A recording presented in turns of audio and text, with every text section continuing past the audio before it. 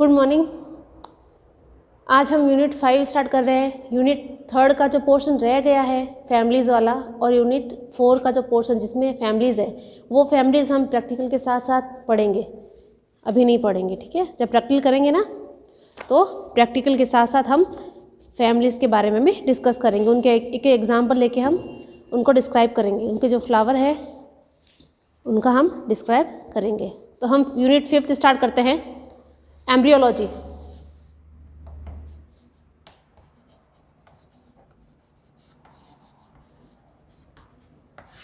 Embryology इसे कहा जाता है, इसे और भी कहा जाता है भ्रूणिकी। इसमें हम फर्स्ट पढ़ते हैं पुंकेसर, नर जननांग।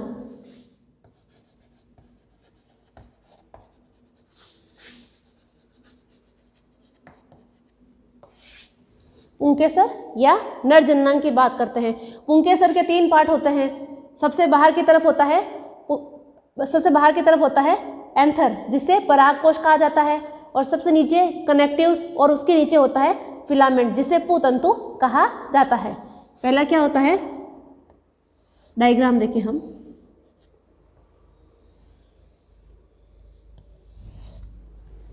कुछ इस प्रकार का होता है।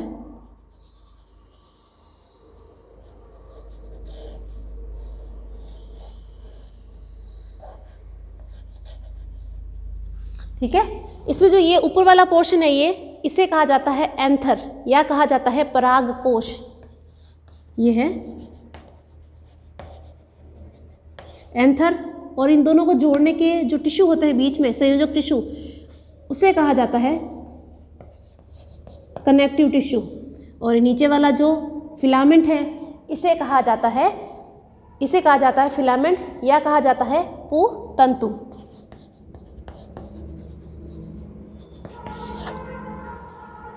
ये जो पूरा स्ट्रक्चर है, इसे कहा जाता है पुंकेसर। पुंकेसर के हमने 3 पार्ट पढ़ लिए हैं।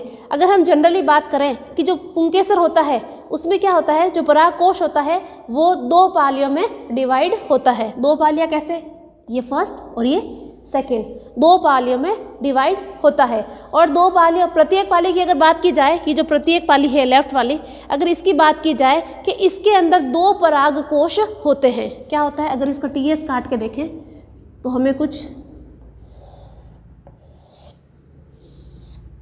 इस प्रकार का TS है। ये 2 लोब्स हैं, फर्स्ट एंड सेकेंड। क्या है, 2 पालियां है, और प्रत्येक पाली के अंदर क्या है, 2 परागकोश है। क्या है, 2 परागकोश है। तो फिर अगर हम बात करें कि इस पूरे के अंदर अगर हम बात करें कि इस पूरे के अंदर लघु बीजाणु, ये जो एंथर लोब्स होते हैं, 2 लोब्स हैं, और प्रत्येक के अंदर जो है वो 2 परागकोश है। तो इसको कहा जाता है डाइथियस। क्या कहा जाता है, द्विकोष्ठी। क्या कहा जाता है, डाइथिकस कंडीशन कहा जाता है। और हम अगर इन पूरे की बात की जाए कि इसके अंदर ये लघु बीजाणु है, ये भी लघु बीजाणु धानी है, ये भी लघु बीजाणु धानी है, तो कितनी लघु बीजाणु धानी है एक पुंकेसर के अंदर, 4 लघु बीजाणु धानी पाई जाती है। लेकिन कुछ अपवाद भी होते हैं, जैसे मोरिंगा की अगर बात करें कि उसके सदस्य में जो परागकोश होता है उसमें केवल एक ही लोब पाया जाता है।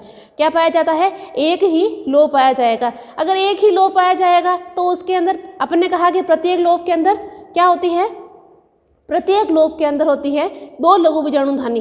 क्या होती है, 2 लघु बीजाणु धानी। तो इसमें क्या हो जाएगा, अगर एक ही लोब होगा, जब एक ही लोब पाया जाएगा तो उसको कहा जाएगा मोनोशियस कंडीशन। क्या कहा जाएगा, मोनोशियस कंडीशन। इसके अंदर 2 लघु बीजाणु धानी पाई जाएगी, क्योंकि एक लोब है तो एक लोब के अंदर 2 लघु बीजाणु धानी पाई जाती है। तो इसको कहा जाता है, 2 लघु बीजाणु धानी होगी तो इसलिए कहा जाता है इसको द्विबीजाणु धानिक, बाइस्पोरेंजिएट कंडीशन कहा जाएगा। अगर 4 लघु बीजाणु धानी होती है तो उसको टेट्रास्पोरेंजिएट कहा जाता है। फिर हम बात करते हैं, कुछ एग्जाम्पल और देखते हैं। कुछ परजीवी आवृतबीजी हैं, जैसे आर्सिथोबियम। क्या है, आर्सिथोबियम। इसमें जो पोलन ग्रेन होता है, परागकोश होते हैं, उसमें केवल एक ही लोब पाया जाता है, और एक लोब होता है तो उसके अंदर सिर्फ एक ही परागकोश होगा, और इसे कहा जाता है मोनोस्पोरेंजिएट। ये टर्मिनोलॉजी याद रखना, ठीक है। फिर हम बात करते हैं पुंकेसर एवं लघु बीजाणु धानी का डेवलपमेंट कैसे होता है। इसके डेवलपमेंट की अगर बात करें तो इसका जो डेवलपमेंट होता है वो पुंकेसर का जो पुष्पासन होता है, जो पुष्पासन होता है, पुष्पासन के ऊपर जो विभज्योतक कोशिकाएं होती हैं जो लगातार डिवाइड करती रहती है और फ्लावर का निर्माण करती है, तो उसकी कोई भी एक कोशिका जो होती है वो क्या काम करेगी, वो पुंकेसर इनिशियल का काम करेगी और क्या बनाएगी, दो लोब वाला और उसके अंदर 4 लघु बीजाणुधानियों, 2 लोब वाला पुंकेसर बनाएगा। डेवलपमेंट होता है वो कैसा होता है, यू स्पोरेंजिया टाइप का होता है। यू स्पोरेंजिया टाइप का डेवलपमेंट होता है। यू स्पोरेंजिया होता क्या है कि इसकी जो इनिशियल कोशिका है वो एक कोशिका नहीं होकर ग्रुप ऑफ सेल्स होती है, ग्रुप ऑफ सेल्स होती हैं और ये सारी जो कोशिकाएं हैं ये डिवीजन करके पुंकेसर का निर्माण करती है। अगर वो सिंगल कोशिका होती तो उसको लेप्टोस्पोरेंजिएट प्रकार का डेवलपमेंट कहा जाता है। यहाँ पे क्या है, बहुत सारी कोशिकाएं एक साथ मिलकर के वो इनिशियल के रूप में काम करती हैं और पुंकेसर का निर्माण करती है। इसमें बहुत सारा डिवीजन होता है। फिर बात करते हैं कि इसको कहा जाता है, बहुत सारी कोशिकाएं हैं इसलिए इसको कहा जाता है यू स्पोरेंजिएट डेवलपमेंट। फिर हम बात करें कि इसमें जो कोशिकाएं होती है इसमें इसके अगर डिवीजन की अगर हम बात करें कि जो पहले बात करते हैं कि इसकी जो इनिशियल कोशिका है वो यू स्पोरेंजिएट है, तो यू स्पोरेंजिएट जो होगी बहुत सारी कोशिकाएं हैं और ये कोशिका क्या करेगी, 2 प्रकार की कोशिकाओं का निर्माण करेगी, जिसमें बाहर की तरफ बनेगी एपिडर्मिस, अंदर की तरफ बनेगी आर्चीस्पोरियम।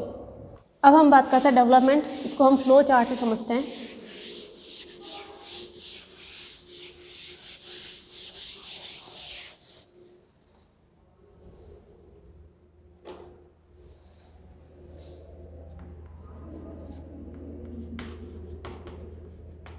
ये पुष्पासन है, इसकी कोशिकाएं हैं विभज्योतक कोशिकाएं और ये कोशिकाएं जो हैं वो यू स्पोरेंजिया टाइप का डेवलपमेंट है, यानी बहुत सारी कोशिकाएं जो होती है इनिशियल के रूप में काम करेगी। फिर इन कोशिकाओं में क्या हो जाएगा, डिवीजन होगा। डिवीजन होने से 2 प्रकार की कोशिकाएं बनेगी। जो बाहर की तरफ कोशिकाएं बनेगी उसको कहा जाता है बाह्य त्वचा, एपिडर्मिस। बाहर वाली जो कोशिकाएं हैं वो क्या बनाएगी, बाह्य त्वचा, जिसको एपिडर्मिस कहा जाता है। और जो अंदर वाली कोशिका है वो कहलाएगी आर्चीस्पोरियम या प्रपशु कोशिकाएं, प्रपशु सेल्स या आर्चीस्पोरियल कोशिकाएं कहलाएगी। अब हम बात करते हैं पहले की जो बाह्य त्वचा है, इससे क्या बनाएगी, एपिडर्मिस बनेगी, बाहर की आउटर लेयर बनेगी, ठीक है, पुंकेसर की। और हम फिर बात करते हैं सेकंड आर्चीस्पोरियल सेल। आर्चीस्पोरियल सेल के अंदर क्या हो जाएगा, परिणतिक विभाजन होगा, जिसको पेरिकाइनल डिवीजन कहा जाता है। और इस पेरिकाइनल डिवीजन से 2 परतें बनती है। इसका पेरिकाइनल डिवीजन होगा जिससे 2 परतें बनती है। जो बाहर वाली परत होती है उसे कहा जाता है प्राथमिक भित्ति कोशिका, प्राथमिक भित्ति कोशिका, प्राइमरी पेराइटल सेल। और जो अंदर वाली कोशिका होती है, अंदर की तरफ जो परत बनती है, जो लेयर बनती है, उसे कहा जाता है प्राथमिक बीजाणुजन कोशिका। इसे कहा जाएगा प्राथमिक बीजाणुजन कोशिका, प्राइमरी स्पोरेंजियल सेल कहा जाएगा।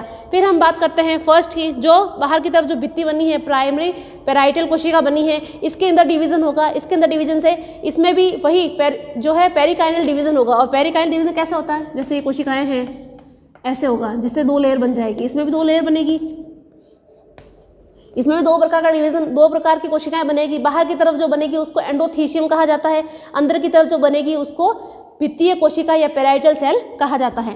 बाहर की तरफ है उसको अंतस्थीशियम, बाहर की तरफ अंतस्थीशियम जिसे कहा जाता है एंडोथीशियम कोशिका। और अंदर की तरफ होगी वो कहलाएगी पेराइटल कोशिका, जिसे भित्तीय कोशिका कहा जाता है। अब हमने क्या बना दिया, बाहर की तरफ एपिडर्मिस बना ली, उसके अंदर की तरफ क्या बना लिया हम लोगों ने, अंतस्थीशियम या एंडोथीशियम बना लिया। अब हम बात करते हैं भित्तीय कोशिका की। भित्तीय कोशिका के अंदर अपनतिक एवं परिणतिक डिवीजन होता है। इस वजह से यहाँ पे 2 लेयर्स बन जाती हैं, जिसके बीच वाली जो लेयर है वो कहलाएगी मिडिल लेयर या मध्य स्तर कहा जाता है, मध्य स्तर। और अंदर वाली जो कोशिका है वो कहलाएगी टैपिटम, जिसको कहा जाता है पोषोतक कोशिका, न्यूट्रिशन के लिए टैपिटम कहलाएगी। अब हम बात करते हैं प्राइमरी स्पोरोजिनल्स कोशिकाएं। ये जो प्राथमिक बीजाणुजन कोशिकाएं होती हैं, इसमें क्या होती हैं, ये जो कोशिकाएं हैं ये कहलाएगी स्पोरेंजियल मदर सेल। क्या कहलाएगी, स्पोरेंजियल, जिसे कहते हैं माइक्रोस्पोर। यहाँ पे हम सिर्फ क्या पढ़ रहे हैं, हम पुंकेसर के बारे में पढ़ रहे हैं, पोलन ग्रेन बना रहे हैं, इसलिए इसको यहाँ पे माइक्रोस्पोर्स कहा जाता है। तो यहाँ पे जो कोशिका बनेगी वो क्या कहलाएगी, माइक्रोस्पोर मदर सेल। शॉर्ट में MMC, microspore mother cell. Microspore mother cell के अंदर वापस क्या हो जाएगा, यहाँ पे अर्धसूत्री विभाजन होगा, जिससे प्रत्येक कोशिका से 4 पॉलन ग्रेन का निर्माण होगा। परागकण, परागकण क्या हुआ, जो माइक्रोस्पोर मदर सेल है उसमें अर्धसूत्री डिवीजन हुआ यानी मियोसिस हुआ, और मियोसिस से प्रत्येक एक कोशिका से 4 पॉलन ग्रेन का निर्माण हुआ, जिसे हम कहते हैं या तो लघु बीजाणु कहेंगे या इसको परागकण या पॉलन ग्रेन कहते हैं। ये इसका डेवलपमेंट है। अब हम बात करते हैं एंथर वॉल की बात करते हैं।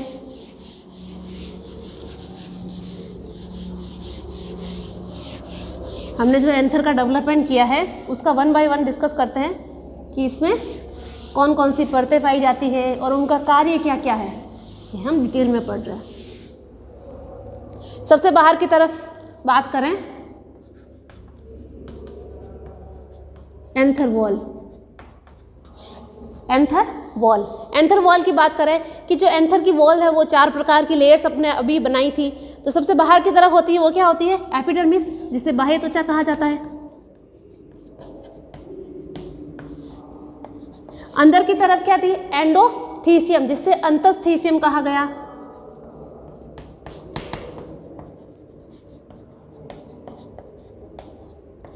इसके अंदर की तरफ थी मध्य स्तर, जिसे मिडल लेयर कहा, और उसके भी अंदर की तरफ एक लेयर बनी थी जिसको हमने कहा पोषोतक या पोष उत्तक, या फिर इसको टैपिटम कहा जाता है। अब हम 1 बाय 1 डिस्कस करते हैं। सबसे बाहर की तरफ जो सेल, सबके बाहर की तरफ जो एपिडर्मिस है उसकी हम बात करते हैं। तो एपिडर्मिस जो है सबसे आउटर मोस्ट लेयर होती है पॉलन ग्रेन की, आउटर मोस्ट लेयर होती है पुंकेसर की। फिर हम बात करें कि इसकी जो स्ट्रक्चर की बात की जाए कि इसकी लंबाई तो कम होती है लेकिन चौड़ाई बहुत ज़्यादा होती है, और ये अरीय रूप से सुदीर्घित, यानी कि इसकी लंबाई तो कम होती है और चौड़ाई ज़्यादा होती है। ये इस प्रकार पाई जाएगी, और ये सिंगल लेयर होती है, एक ही लेयर, एक ही परत में पाई जाती है। फिर हम बात करें कि जो मरुद्भिदीय पौधों में अगर बात करें कि जो बाह्य त्वचा होती है पुंकेसर की, उनकी कोशिकाओं के बीच में खिंचाव हो जाता है, जिसके कारण ये कहीं पे स्थानों से यहाँ से ये फट जाती है। खिंचाव होने के कारण, क्यों, मरुद्भिद स्पीसीज के अंदर वाटर का वैसे भी लॉस होता है, तो वाटर के लॉस से अपनी स्किन तो खिंचती है ना डिहाइड्रेशन से, उसी प्रकार यहाँ पे भी ये इन कोशिकाओं में खिंचाव उत्पन्न हो जाता है, जिससे जगह जगह से ये टूट जाती है। फिर हम बात करें कि कुछ पौधे ऐसे होते हैं जिनकी बाह्य त्वचा के ऊपर पर्णरंध्र पाए जाते हैं। हम सिर्फ यहाँ पे परागकोश की बात कर रहे हैं। किसकी बात कर रहे हैं, परागकोश की बात कर रहे हैं, ध्यान रखना। तो हम बात करें जैसे एलेंजियम में बात करें कि इसके जो परागकोश होता है उसके बाह्य त्वचा पर क्या होता है, पर्णरंध्र पाए जाते हैं। पर्णरंध्र का मतलब ये होता है कि इसके जो रंध्र होते हैं जैसे लीफ में पाया जाता है बिल्कुल उसी तरह पाया जाता है, इसलिए इसको पर्णरंध्र कहा है, इसलिए डोंट बी कंफ्यूज। फिर नेक्स्ट बात करते हैं एंडोथीसियम बाह्य त्वचा के जस्ट नीचे पाई जाएगी, और ये कोशिकाएं जो होती है इनका जो स्पेसिफिक फीचर होता है कि इसमें जो होती है रेशेदार यानी फाइब्रस बैंड पाया जाता है, या फाइब्रस बैंड, और क्या कह सकते हैं, इनकी जो आंतरिक कोशिका जो होती हैं उसके आंतरिक स्पर्श रेखीय भित्ति पर फाइब्रस बैंड पाए जाते हैं, और ये जो बैंड होते हैं वो अंग्रेजी के यू के आकार के या गोलाकार होते हैं। फिर हम बात करें कि जो अंतस्थीसियम है ये एक कोशिकीय परत पाई जाती है, सिंगल लेयर की पाई जाती है, और इनकी जो कोशिकाएं होती हैं वो सुदीर्घित होती हैं, लंबाई ज़्यादा होती है, सुदीर्घित होती हैं। लेकिन कॉक्सीनिया के अंदर ये जो अंतस्थीसियम है वो द्विपरतीय पाई जाती हैं परागकोश भित्ति में। फिर हम बात करते हैं कि जैसे मोलोन्थिया की बात करें, मेलोन्थिया एक प्लांट का नाम है, और उसकी जो पट्टियाँ, उसके जो अंतस्थीसियम के अंदर पट्टियाँ जो पाई जाती हैं वो अति व्यापित वलय के रूप में पाई जाती हैं। मोमोडिरका की अगर बात की जाए कि उनकी जो एंडोथीसियम होती हैं उनमें स्थूलन जो होता है वो अनुप्रस्थ पट्टिकाओं के रूप में पाया जाता है। फिर हम बात करें कि जो स्थूलन पदार्थ हैं वो क्या हो सकता है, वो संचित मंड पदार्थ यानी कि स्टार्च हो सकता है। फिर हम बात करें कि जैसे कोई दूसरा साइंटिस्ट आया, उसने कहा कि स्टार्च नहीं, वहाँ पे सेल्यूलोज पाया जाता है, क्योंकि अलग अलग जो साइंटिस्ट होते हैं वो अलग अलग पॉलन ग्रेन के अंदर अलग अलग जो रिसर्च करते हैं तो उसमें उनको पता चला कि यहाँ पे जो है वो स्टार्च भी या स्टार्च क्या सेलुलोज पाया जाता है। फिर हम बात करें कि जो ये अंतःस्थीशियम एंडोथीशियम इसका कार्य क्या है, इसका कार्य है परागकोश के स्फुटन में हेल्प करता है, ये अनुदैर्ध्य स्फुटन में हेल्प करता है। प्रत्येक परागकोश में हमने कहा था कि 2 लघु बीजाणुधानियाँ पाई जाती हैं और ये जो इस लघु बीजाणुधानी के संधि के चारों ओर अंतःस्थीशियम कोशिकाओं की फाइब्रस बैंड नहीं दिखाई देते हैं।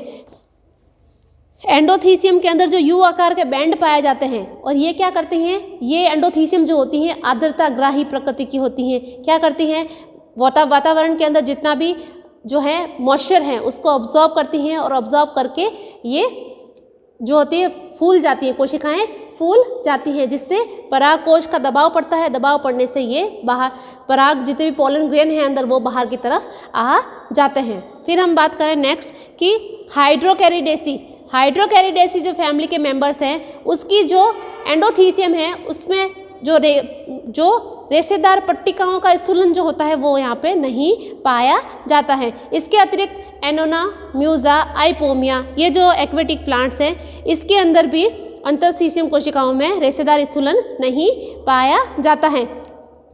यहाँ पर क्या होता है कि परागकोश की जो एपिडर्मिस है वहाँ पर क्यूटीन व लिग्निन का जमाव पाया जाता है। फिर हम थर्ड बात करते हैं मध्य स्तर, मिडल लेयर की अगर बात की जाए कि जो अंतःस्थीशियम की जस्ट नीचे होती है और ये परतों में 1 से 3 लेयर की हो सकती है। जब पॉलन मदर सेल के अंदर अर्धसूत्री विभाजन होता है, मियोसिस होता है, तब क्या होता है कि मिडल लेयर जो होती हैं ये दब जाती हैं। दबने के कारण क्या होती है, ये कुचली जाती है, यहाँ पे इनका ये जो होती हैं दब जाती हैं और इस वजह से यहाँ पे ये कुचल दी जाती है। फिर बात करें कि जो रेननकुलेसी एवं लीलियम इनके मध्य के अंदर जो मध्य परत पाई जाती हैं, इन दोनों के अंदर जो मिडल लेयर पाई जाती हैं उनकी कोशिकाएं एक व अधिक पंक्तियाँ जो होती हैं वो नष्ट हो जाती हैं। और रेननकुलस एवं लीलियम की अगर बात की जाए कि इनके अंदर जो एंडोथीशियम इनके अंदर जो मिडल लेयर होती हैं वो नहीं पाई जाती। फिर हम बात करें नेक्स्ट कि जो मिडल लेयर होती हैं इसके अंदर क्या क्या होता है कि मध्य परत की जो कोशिकाएं होती है उसमें स्टार्च एवं और भी कोई अन्य रिजर्व फूड मटेरियल स्टोर रहता है। और ये क्या करता है, ये संचित जो खाद्य पदार्थ हैं वो पराग मातृ कोशिकाएं यानी जो मदर सेल होगी, माइक्रोस्पोर मदर सेल होगी, उनके न्यूट्रिशन के लिए जो है पोषण के रूप में कार्य करती हैं। फिर हम बात करते हैं फोर्थ टैपिटम, जिसको पोष उत्तक या पोषोत्तक भी कहा जाता है। ये सबसे भीतर वाली परत है। फिर हम बात करें कि इसकी जो संरचना और इसका जो क्रियात्मक दृष्टि है वो सर्वाधिक इसमें इम्पॉर्टेंट रोल है। टैपिटम की जो कोशिकाएं होती हैं, ये जो कोशिकाएं हैं बड़े आकार की इलोंगेटेड और इसके साथ ये सुदीर्घ के साथ ही यहाँ पे गाढ़े कोशिका द्रव्य युक्त और बड़े केंद्रक पाए जाते हैं। जनरली इन कोशिकाओं के अंदर एक केंद्रक नहीं पाया जा करके बहुत सारे केंद्रक या मल्टी न्यूक्लिएटेड पाए जाते हैं। फिर हम बात करें कि ये जो टैपिटम की कोशिकाएं होती हैं वो केवल आवर्तबीजी के अंदर केवल एक पंक्ति में पाई जाती हैं, लेकिन कॉक्सिनिया के अंदर 2 या 2 से अधिक परतों में भी पाई जाती है। और इन कोशिकाओं का जो निर्माण है वो परिणतिक विभाजन से होता है।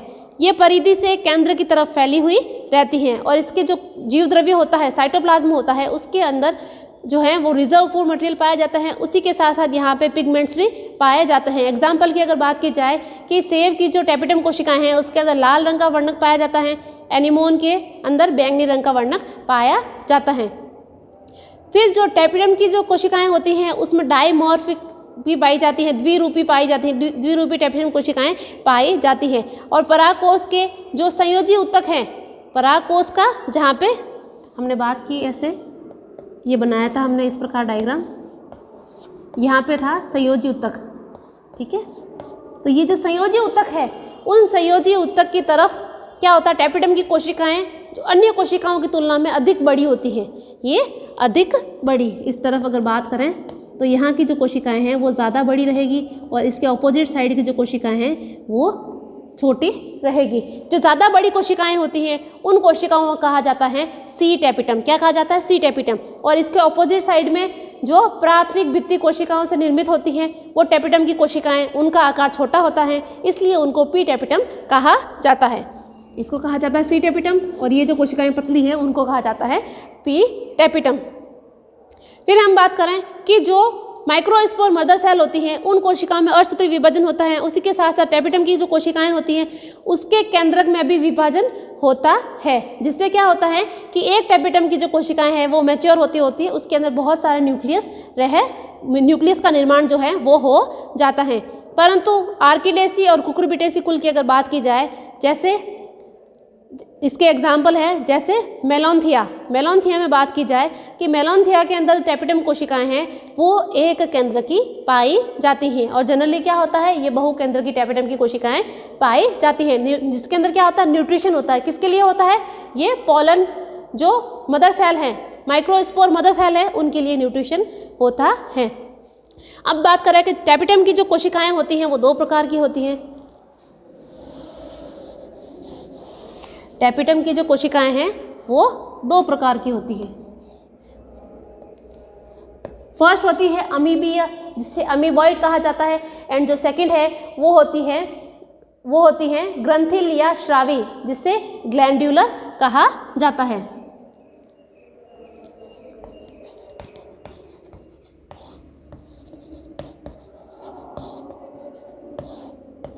नाम से ही पता चल रहा है अमीबीय कोशिका, यानी कि जो टैपिटम कोशिकाएं होगी उसके अंदर कोई सेल वॉल, उसके बाहर की तरफ कोई भी सेल वॉल नहीं पाई जाएगी। जैसे अमीबा होता है उसके ऊपर कोई सेल वॉल नहीं होती, उसका आकार जो होता है अनिश्चित होता है, वैसे भी इसका भी संरचना जो होती है वो अनिश्चित होती है। इसके ऊपर किसी प्रकार कोई भी सेल वॉल नहीं पाई जाती है। और ये जो होती हैं ये क्या करेगी, जो माइक्रोस्पोर मदर सेल है उनके अंदर, जैसे ये लघु बीजाणुधानी है तो इसके अंदर जो है वो जगह जगह ये फैल जाएगी, फ्री हो जाएगी, किसी के द्वारा जुड़ी नहीं रहेगी, और ये माइक्रोस्पोर जो मदर सेल है उसके बीच बीच में पाई जाएगी। हम बात करते हैं फर्स्ट अमीबीय या प्लाज्मोडियल टैपिटम, जिसे अमीबॉइड या प्लाज्मोडियल टैपिटम कहा जाता है। ये जो टैपिटम की कोशिकाएं हैं उसके आंतरिक व अरीय कोशिका भित्ति हैं वो हाइड्रोलाइटिक एंजाइम के स्राव से जल्द ही टूट जाती है, यानी कि ये फ्री हो जाती है, इसके ऊपर किसी प्रकार कोई भी जो है सेल वॉल नहीं पाया जाता है। फिर ये क्या करती हैं, सेल वॉल तो हट गई, फिर ये लघु बीजाणुधानी के अंदर प्रवेश कर जाती हैं। लघु बीजाणुधानी के अंदर प्रवेश कर जाती हैं तो इसके बाद में इसका जो जीव द्रव्य है वो संगलित होकर के टैपिटम पेरीप्लाज्मोडियम नामक जेली समान द्रव के रूप में रूपांतरित हो जाता है। याद रखना क्या होता है, टैपिटम पेरीप्लाज्मोडियम इस जो जेली है उसके समान द्रव में रूपांतरित हो जाता है, जो क्या काम करता है, जो माइक्रोस्पोर मदर सेल हैं उनको पोषण प्रदान करने का काम करता है। ये जो कोशिकाएं होती हैं जिसको टैपिटल पेरीप्लाज्मोडियम कार्यकी रूप से एक सक्रिय संरचना है और इसमें बहुत सारे न्यूक्लियस पाए जाते हैं। फिर बात करें टाइफा एंड ट्रेडिनकेंशिया की बात करें कि इसके अंदर एवं एक बीजपत्री पौधों के अंदर जो होती हैं ये टैपिटम कोशिकाएं इस प्रकार की पाई जाती हैं। फिर बात करते हैं श्रावी या ग्रंथिल, जिसको ग्लैंड्यूलर टैपिटम कहा है, उसकी बात करते हैं। और इस प्रकार की जो टैपिटम की कोशिकाएं होती हैं वो स्थायी प्रकृति की होती हैं। इसके अंदर बाहर की तरफ जो होती है वो सेल वॉल प्रॉपर होती हैं और एक रो के अंदर अरेंज रहती हैं। फिर बात करें कि इसमें क्या होता है, पराग कणों का विकास पूर्ण होने तक ये मध्य परत से जुड़ी हुई रहती हैं, उनसे अलग नहीं होती है। इसी के साथ इन कोशिकाओं के अंदर माइटोकॉन्ड्रिया, लवक, इसी के साथ डिक्टियोसोम, राइबोसोम और कुछ विशेष प्रकार की गोलाकार संरचनाएं पाई जाती हैं जिनको कहा जाता है प्रोयूबिस बॉडी, प्रोयूबिस पिंड कहा जाता है। अंडरलाइन कर देना, बहुत इंपॉर्टेंट है। प्रोयूबिस पिंड और यूबिस पिंड क्या होता है, 2 नंबर में पूछा जाता है। तो प्रोयूबिस पिंड क्या है कि जो प्रोयूबिस पिंड क्या है कि जो स्रावी या ग्रंथिल टैपिटम कोशिकाएं हैं उन कोशिकाओं के अंदर क्या है कि बहुत सारे कोशिकीय उपांग पाए जाते हैं, जैसे माइटोकॉन्ड्रिया है, लवक है, डिक्टियोसोम है, राइबोसोम है। इसके अलावा कुछ गोलाकार संरचनाएं पाई जाती हैं, इनको प्रोयूबिस बॉडी कहा जाता है।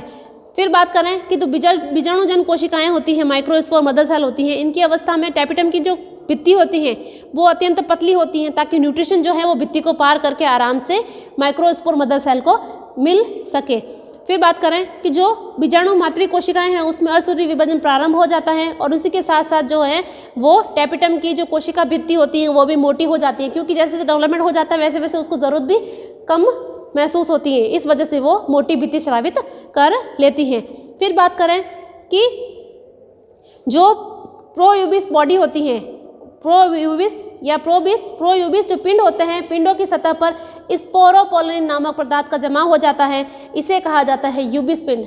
इसको भी अंडरलाइन कर देना कि जो प्रोयूबिस बॉडी होती हैं उनके ऊपर स्पोरोपोलिन केमिकल पदार्थ का स्राव हो जाता है और इसको कहा जाता है यूबिस बॉडी। पराग कण के जो बाह्य चोल होता है उसका जो निर्माण होता है वो यूबिस बॉडी से होता है, यूबिस पिंड से होता है। ध्यान रखना, जो यूबिस पिंड है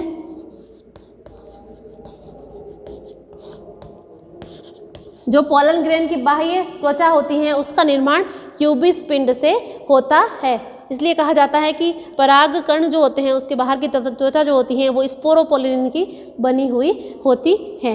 लेकिन फिर बात करें कि ये जो स्पोरोपोलिन है ये बाह्य चोल पर जम करके उसकी मोटाई, पराग कण के बाह्य त्वचा की मोटाई बढ़ा देता है। अनेक पौधों में क्या होता है कि पराग कण की बाह्य चोल पर संपूर्ण निर्माण यूबिस पिंड के द्वारा ही होता है, लेकिन कुछ के अंदर जैसे मेराबिस जालापा है, इसी के साथ साइलिन पेंडुला है, इसमें पराग कण की सतह पर जीव द्रव्य इनके परिवर्तन के समय नष्ट हो जाती हैं। तो इस पे क्या होता है, किसी प्रकार का जो बाह्य त्वचा होती है वो नॉर्मल पोलन ग्रेन की तरह ही होती है। फिर बात करें कि इसका भी जो निर्माण होता है यूबिस पिंड के परागकण की बाह्य त्वचा के निर्माण में सहायक होता है। फिर बात करते हैं टैपिटम कोशिकाओं में डीएनए की मात्रा में वृद्धि कैसे करेंगे।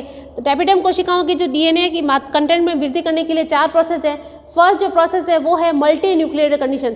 क्या हो जाएगा कि केंद्र के अंदर बहुत सारा विभाजन होगा, केंद्र के अंदर लगातार विभाजन होगा, समसूत्री विभाजन, पर केंद्र के अंदर विभाजन होगा उसके साथ साथ वहाँ पे क्या होगा, साइटोप्लाज्म के अंदर विभाजन नहीं होगा। तो फिर क्या हो जाएगा कि जो एक ही केंद्रक है इसके अंदर केंद्रक ही विभाजन हो रहा है, सिर्फ साइटोप्लाज्म का विभाजन नहीं हो रहा। तो बहुत सारे केंद्रक एक साथ आ जाएंगे तो केंद्र का विभाजन होगा, तो उससे पहले उसमें प्रोसेस तो होगी ना कि डीएनए में जो है वो रेप्लिकेशन हो जाएगा, प्रोटीन सब कुछ डबल हो जाएगा, यहाँ पे ट्रांसलेशन है, ट्रांसक्रिप्शन, ये सारी प्रोसेस होगी। तो इससे क्या हो जाएगा डीएनए कंटेंट जो है वो ज़्यादा हो जाता है। फिर हम बात करें अंतःसूत्री विभाजन, सेकेंड प्रोसेस है अंतःसूत्री विभाजन। इसमें क्या होता है कि जो गुणसूत्र होते हैं उनका द्विगुणन एवं गुणसूत्रों के क्रोमेटिड का जो पृथक्करण होता है वो केंद्रक झिल्ली के अंदर ही हो जाता है। क्या होता है, केंद्रक झिल्ली के अंदर। ये केंद्रक झिल्ली है, इसके अंदर ही गुणसूत्र का डुप्लीकेशन हो जाता है, इसे कहा जाता है अंतःसूत्री विभाजन। इसमें जो होता है कुकुरबिटेसी, पिप्पो एवं स्पाइनेशिया में इस प्रकार का अंतःसूत्री विभाजन देखने को मिलता है, जिससे क्या होता है केंद्रक बड़ा हो जाता है, क्योंकि यहाँ पे क्रोमोसोम जो होता है वो नंबर ज़्यादा हो रहा है, अंदर ही क्रोमोसोम का नंबर जो है वो बढ़ रहा है, इस वजह से यहाँ पे पॉलीप्लॉइडी कंडीशन आ जाती है। फिर थर्ड बात करते हैं हम सत्यानयन केंद्रकों का निर्माण। सत्यानयन केंद्रकों की अगर बात की जाए कि जैसे नॉर्मल डिवीज़न होता है, कैसे होता है, अगर हम बात करें कि ध्रुव की तरफ जो है वो क्रोमोसोम जो है ध्रुव की तरफ इकट्ठा हो जाते हैं और ध्रुव की तरफ इकट्ठा होके कुछ इस प्रकार का डिवीज़न होता है। यहाँ पे न्यूक्लियस है, सॉरी यहाँ पे डीएनए या फिर कैसे गुणसूत्र जो होते हैं दोनों पोलर रीजन की तरफ मूव कर जाते हैं, इस प्रकार का डिवीज़न होता है नॉर्मल कोशिका के अंदर। और यहाँ पे बाहर की तरफ जो है वो केंद्रक झिल्ली जो है वो बन जाती है। अब इसमें क्या होता है कि समझ लो ये न्यूक्लियस है और ये न्यूक्लियस के अंदर ये ध्रुव की तरफ तो जा रहे हैं, क्रोमोसोम ध्रुव की तरफ तो जा रहे हैं, लेकिन ये जो सब हैं वो एक ही झिल्ली के अंदर है। क्या है, केंद्रक झिल्ली के अंदर हो रहा है, बस इतना ध्यान रखना। ये केंद्रक झिल्ली के अंदर हो रहा है, ये हमने हटा दी है, केंद्रक झिल्ली के अंदर ही ये ध्रुव पर जा रहे हैं क्रोमोसोम।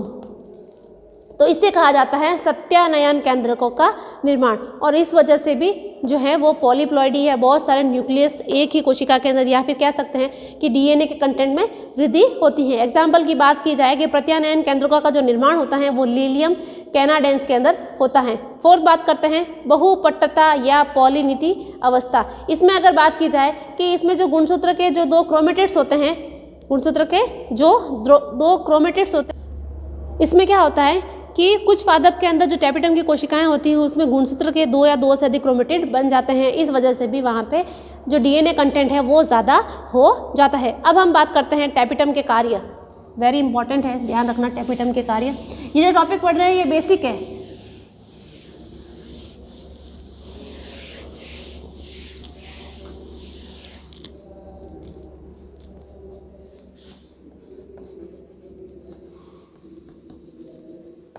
फंक्शन का बात करें, सबसे पहला फंक्शन जो होता है वो क्या होता है कि जो टैपिटम की जो कोशिकाएं होती हैं वो क्या करती हैं, परागमात्री कोशिकाओं के जब अर्धसूत्री विभाजन होता है तो उस समय ये पोषण का काम करती हैं। फिर बात करते हैं सेकंड की कि टैपिटम की कोशिकाएं होती हैं उसके जीव द्रव्य में जो है वो कैलाजन एंजाइम पाया जाता है। और कैलाजन एंजाइम क्या करता है, कैलाजन एंजाइम जो टेट्राड फॉर्म के अंदर पोलन ग्रेन आपस में जुड़े हुए रहते हैं, जब मियोसिस समसूत्री जो अर्धसूत्री विभाजन होता है, जब मियोसिस होता है तो मियोसिस के दौरान क्या होता है कि पोलन ग्रेन जो होता है वो टेट्राड फॉर्म में यानी 4 कोशिकाएं बन जाती हैं और 4 कोशिकाएं जो होती हैं आपस में जुड़ी हुई रहती हैं।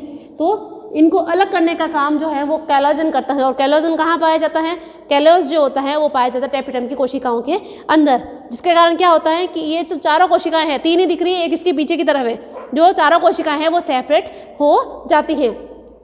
फिर बात करते हैं नेक्स्ट कि जो अर्धसूत्री विभाजन के बाद जो टैपिटम की कोशिकाएं जो होती हैं इनका महत्वपूर्ण कार्य होता है कि ये जो पोलन ग्रेन होते हैं उनके बाहर की तरफ बाह्य चोल बनाने का काम करें। जैसे आपने कहा था कि जो टैपिटम की कोशिकाएं हैं वो क्या बनाती हैं, यूबिस बॉडी बनाती हैं, यूबिस बॉडी। और यूबिस बॉडी जो होती हैं वो क्या करती हैं, वो पोलन ग्रेन के बाहर की तरफ बाह्य चोल का निर्माण करती है। फिर हम नेक्स्ट बात करते हैं कि जो टैपिटम की कोशिकाएं हैं उनका एक इंपॉर्टेंट और भी है, जैसे वो पोलन किट एवं ट्रिफाइन का निर्माण करती हैं। पोलन किट एवं ट्रिफाइन का निर्माण भी जो है टैपिटम की कोशिकाओं द्वारा होता है। फिर हम नेक्स्ट बात करते हैं कि हमने कहा था कि बाहर की तरफ बाह्य चोल बनाती हैं। जो बाह्य चोल होता है उस पर प्रोटीन जो होते हैं, कुछ प्रोटीन्स पाए जाते हैं और ये प्रोटीन क्या करते हैं, वाटर के अंदर जितनी भी नमी है उसको ऑब्जॉर्ब करके बाहर की तरफ आ जाते हैं और बाहर की तरफ आकर के ये एलर्जी कॉज करते हैं। क्या करते हैं, एलर्जी कॉज करते हैं। नेक्स्ट बात करते हैं स्पोरोजीनस टिश्यू। स्पोरोजीनस टिश्यू की अगर बात की जाए कि हमने पहले ही बात की थी कि जो परागकोश होता है, आपने कहा था परागकोश जो होता है बहुस्तरीय होता है और उसके अंदर क्या होता है, प्राइमरी स्पोरोजीनस सेल होती हैं। प्राइमरी स्पोरोजीनस सेल जो होती हैं फिर उससे जो होती हैं स्पोरोजीनस या पोलन स्पोरोजीनस टिश्यू, यानी बात करें कि जो मदर स्पोर सेल होती है, माइक्रो स्पोर मदर सेल, उसका निर्माण होता है। फिर माइक्रो स्पोर मदर सेल होती हैं वो क्या करती हैं, उसके अंदर मियोसिस होता है। मियोसिस होने से 4 जो है पोलन ग्रेन का निर्माण होता है। अब बात करें कि जो बीजाणुजन उत्तक जो मदर सेल हैं, बीजाणुजन उत्तक से अगुणित लघु बीजाणु का जो निर्माण होता है और ये जो प्रोसेस होती है इसे कहा जाता है लघु बीजाणु जनन। लघु बीजाणु निर्माण की जो प्रोसेस है इसे कहा जाता है लघु बीजाणु जनन, जिसे कहा जाता है माइक्रोस्पोरोजेनेसिस। क्या कहा जाता है, माइक्रोस्पोरोजेनेसिस।